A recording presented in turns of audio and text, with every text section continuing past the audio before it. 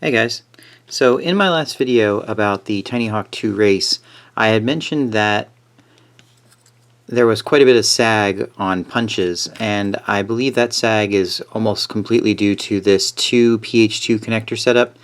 The PH2 connectors are solid pin, which is really nice. However, I just don't think that they're set up for the kind of current that this thing needs to draw when doing a hard punch.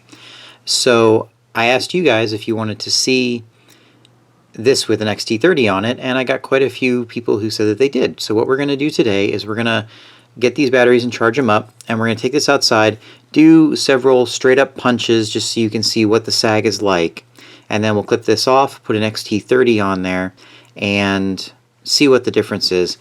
Now, there's going to be a bit of a difference because we're going to be using these two 450 milliamp hour 1S batteries for the original test, and then it'll be a single 2S 450 for the other test, so it'll be two different batteries. But I mean, these batteries are brand new, and the other batteries I'll be using have quite a bit of use on them, so if anything, the test will be a little bit skewed unfairly towards the XT30s. I don't think it's going to matter.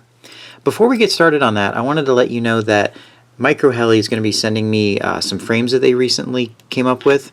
One for the Tinyhawk 2, which I'm actually going to be using my Tinyhawk S to test it with because I've already swapped out the camera and everything else should be pretty much the same. And then a couple for the Mobula 6, which I'm really looking forward to as well. If you guys are interested in seeing that, be sure to subscribe because those videos are going to be coming up soon and they're going to be pretty exciting, I think. So let's go ahead and get some flight footage, and then we'll come back, get this connector swapped out, and we'll see what the difference is.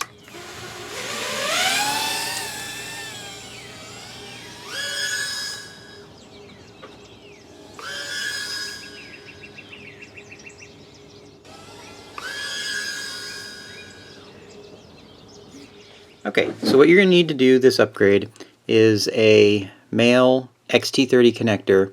These usually come in a pack of 10. They come with the males and the females. I strongly suggest getting genuine AMAS XT anything connectors. The clone ones, they're hit or miss as far as the quality.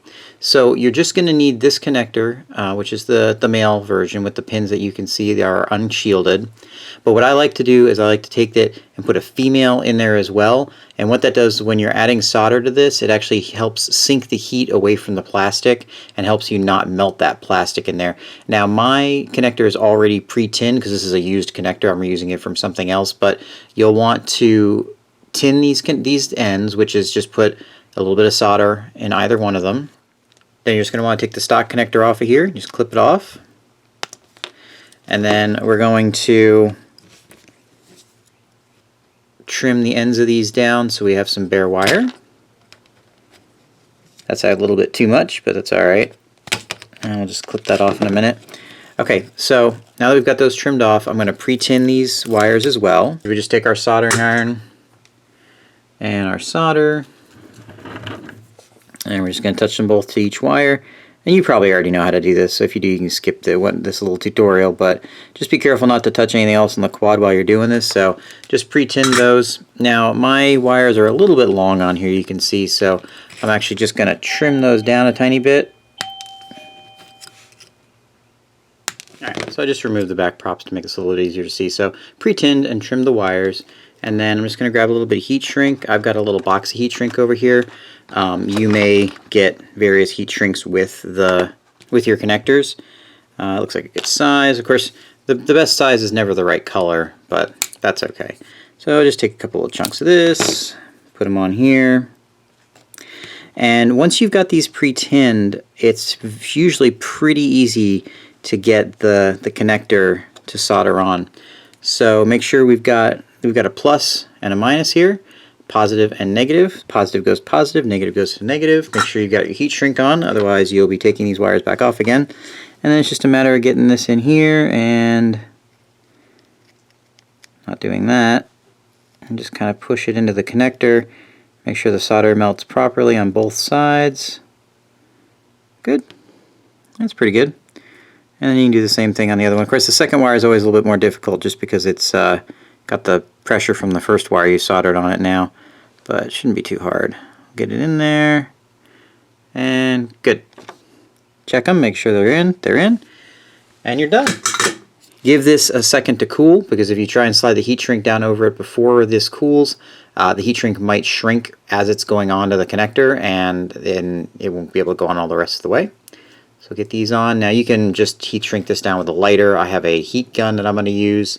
So the other thing I want to do, and I suggest you do this as well, is to affix this wire to this arm right here. Right now there's nothing stopping this from getting ripped out of the board. If this gets pulled on, and it will get pulled on, I'm going to use a piece of this cloth tape that I've got and get it around there. I'm going to do it off camera because it's going to be kind of hard to do with the camera there. But you could use a zip tie or just some regular tape or whatever, but it's just really nice to do that. That way you're not ripping pads off your board and costing you a $50 board. Alright, that is XT30 on. Tape to be a strain relief, and now I'm going to put the props back on. Before I put those props back on, I want to remind you what's coming up in the next video. I'm going to be putting these Avon 2.3-inch props on here. It's going to take a little bit of trimming to do, but I think it's going to be kind of fun. I've already kind of pre-tested this, and it is going to be super tight right here, so this little experiment might end in tears, but we'll see how it goes. If you're interested in seeing that, make sure you ring that bell down there so that you get notified when it comes up. Alright, let's get these props on, and we'll take it up for a flight with a 2S450 with the XT30.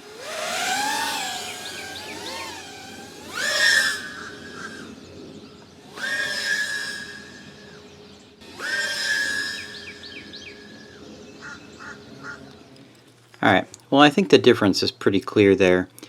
When I was using the original connector, I was getting low battery warnings basically on the very first punch out, and with the XT30 I didn't get them at all. Those were, I was trying to do my best to make them 3-second punch outs or so, and obviously this isn't a completely scientific test, but I think there's a big enough difference that it doesn't really matter. I even did a 3-second punch out after flying for 3 minutes with this. I didn't record it, and I still didn't get a low battery warning. So in my opinion, this is a required upgrade.